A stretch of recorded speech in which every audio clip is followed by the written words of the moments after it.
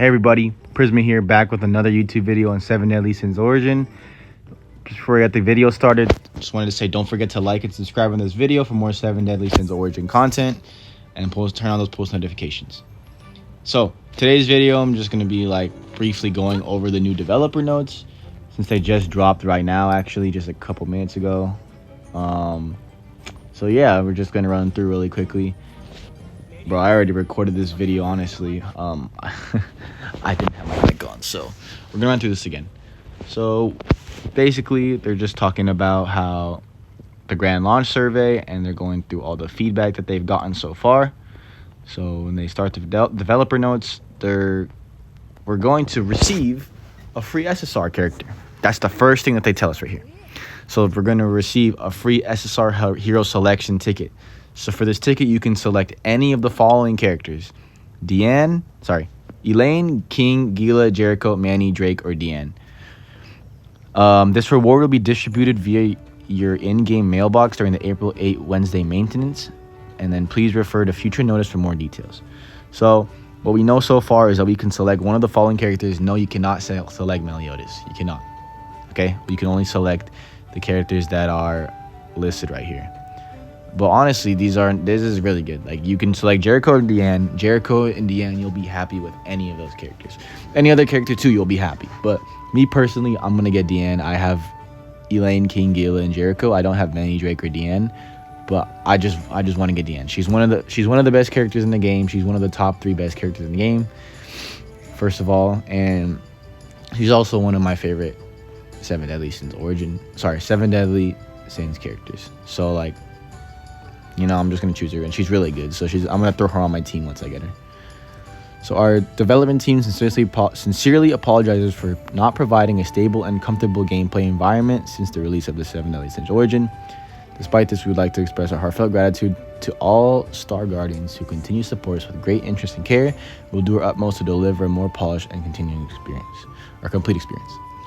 So they're going to go through the key improvements here, and I'm just kind of going to make a summary through all of them because they're really long, and I don't want to bore you guys through all the details. So Path of Exploration. The Path of Exploration is just for all fishing things and collecting stuff. So Path of Exploration. So for example, capturing animals and stuff, or fishing.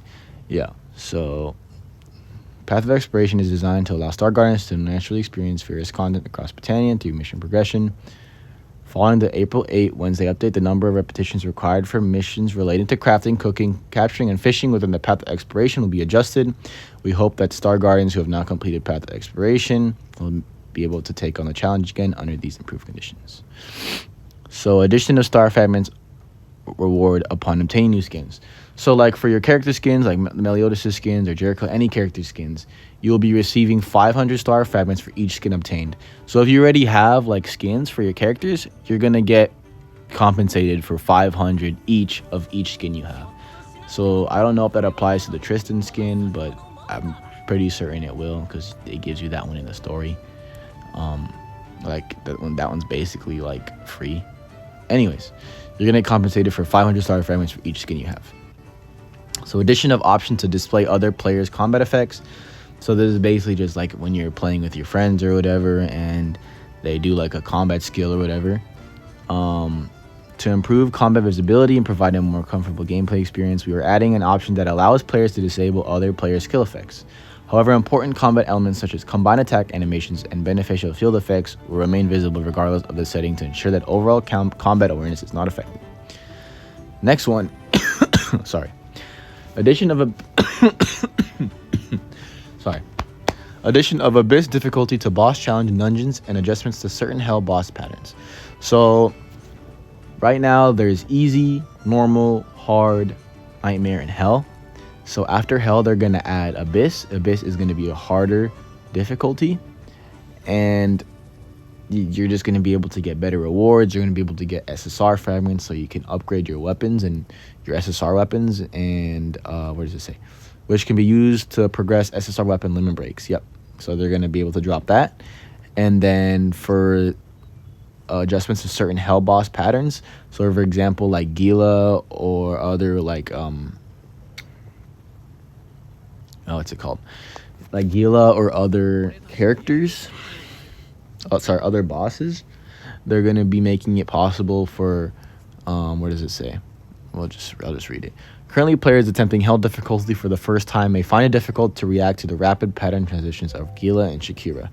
To address this, we will be adding more opportunities to attack between their pattern transitions, allowing for a more consistent and manageable combat experience. This is essentially kind of like making it easier, I guess, to attack them, which makes the boss pretty much easier. Which is, I guess, is a good thing, you know, like it makes the game easier, but at the same time, like that's the whole point of the game, like it makes it harder, right?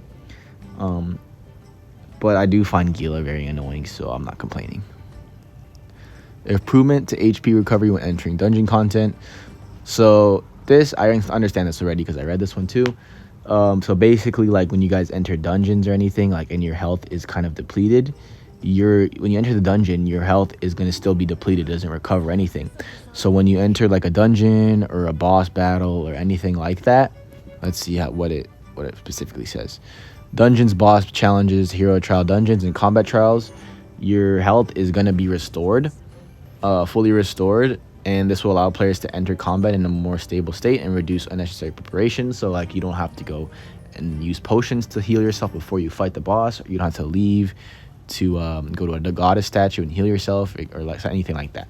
Like it already be restored. Improvements to gathering material availability. I didn't really read this one. I kind of skimmed it, so I'm just going to run through it with you guys. We are planning to increase the daily acquisition limits and spawn rates of certain gathering materials available in the field to support smoother crafting and consumable usage in the early stages of gameplay.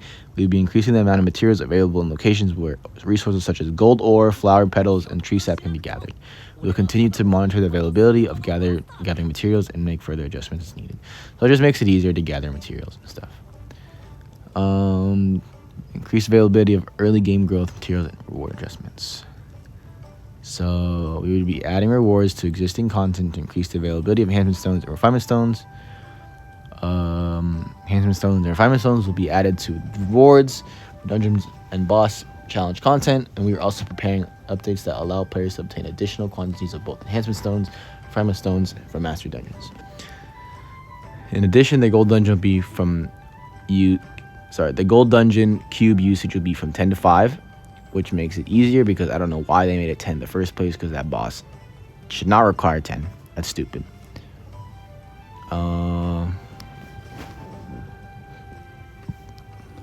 We also receive feedback from many Star Guardians that uncommon fragments are consumed in large quantities, leading to shortages. To address this, at world level 4, the drop rate of uncommon fragments from elite monsters will be increased to 100%, while premium fragments will remain the same. Okay. A lot of these things. So we will be receiving a free SSR Gale Thunder SR Gale Thunder because in places like Furzin, some people don't have like lightning characters yet. Obviously, like that was something the problem I had. I wasn't able to do anything because I didn't have Gale Thunder yet, or Drake or anybody that's lightning. So I wasn't able to do any of those lightning stuff. To address this issue and support smoother main quest progression, we will be adding an additional reward to the ongoing challenge Mission 2 to the Destiny Beyond event, allowing players to obtain SR Gale Thunder's reward. Star Guardians who have already completed the mission will also receive the hero. So there's just going to be like a potential star given to you, and you can put on your Gale Thunder. Cube key usage will be increased. Improvements to cube key usability. So yeah, this is very, very, very good. This is good for a lot of people. So in response, our development team aims to expand opportunities to obtain cube keys and improve their usability so that they can be used more flexibility based on each player's playstyle. First, we'll be introducing a new exchange item, the small cube key bundle. This item can be purchased using cube keys and allows players to convert their daily cube key charges into bundles that can be stored and used at a later time. Okay, so I mean, I guess that's just like for later reference if you're going to need it. In addition, items that were previously limited to once per day will be changed to weekly limit, reducing the need for daily logins and allowing players to obtain and use them more freely at their preferred times. Okay. Finally, with this update, the number of times cube keys can be exchanged using star fragments will be increased from 5 to 10 per week, allowing players to obtain and use more cube keys throughout the gameplay. We will continue to introduce various events to make cube keys easier to obtain, just as we increased awards in the cube key giveaway event on April 1st. Okay. Ongoing improvements in progress. So an issue where players are unable to properly join parties due to network instability, addition of preview feature for engraved equipment stats, improvements of gathering features and related systems, fixes for crashing and freezing issues during gameplay. So yeah, I mean, that's good because my game freezes sometimes, but that's because I'm on mobile. But that's only because when I close the app and go back on, my game freezes for a little bit. So I mean, that's kind of like my fault. So one more point. With the consideration of new higher difficulty in this content, it may serve as a new challenge for Star Guardians who have already cleared Hell difficulty. However, we are also mindful that it may feel burdensome for those who are still progressing to the main story at their own pace or those who have currently joined Britannia. That doesn't really matter. I mean, like, I don't think that'll be burdensome. Okay. So all bug fixes, developer notes coming soon, yada yada, and that's really all the important stuff. Sincerely, PD Coop. So yeah, I mean, that's pretty good. You know, there's a lot of good improvements on there, like the cube key one, or especially the SSR selection. I like that a lot. You know, I'm really gonna love adding Deanne to my team. I think I'm gonna replace Elaine and put Deanne on there, and my team's gonna be insane. So I mean, for my last video, I went up like 20k power in like 2 days. So yeah, it's pretty good. But yeah. If you guys enjoyed this video, it's just like a little video going through the developer notes, explaining everything for those people who like don't want to read, you know. So don't forget to like and subscribe, turn on post notifications for my channel, and yeah, if you guys want more 7 Deadly Sins Origin content, don't forget to do that. Thank you guys for watching, and peace.